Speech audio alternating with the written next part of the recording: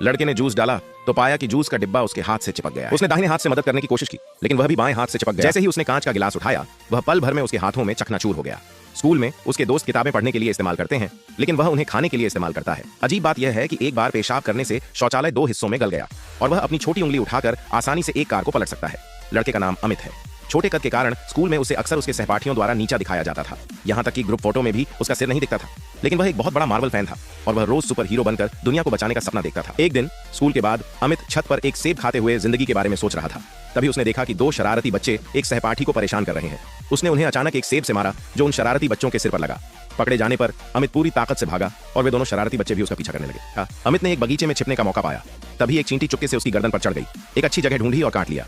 अमित की आंखों के सामने अंधेरा छा गया और वह जमीन पर बेहोश हो गया। जब उसे होश आया तब रात हो चुकी थी। वह लड़खड़ाता हुआ घर पहुंचा और बिस्तर पर चढ़कर सो गया। उसे पता नहीं था कि चींटी के जीन धीरे धीरे अमित की कोशिकाओं को निगल रहे थे।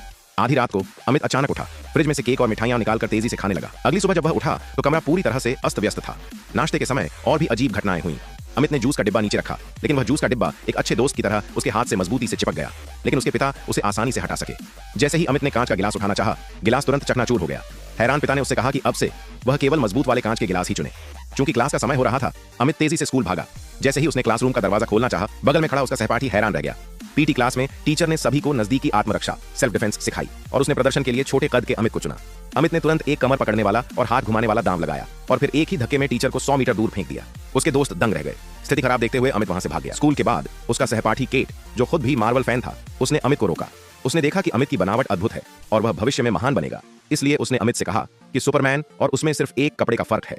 केट ने विभिन्न सुपर हीरो की शक्तियों पर बहुत शोध किया है और उसमें उत्कृष्ट व्यावहारिक क्षमताएं हैं। केट ने उसके लिए एक सुपर कूल छोटी लाल किताब बनाने का फैसला किया।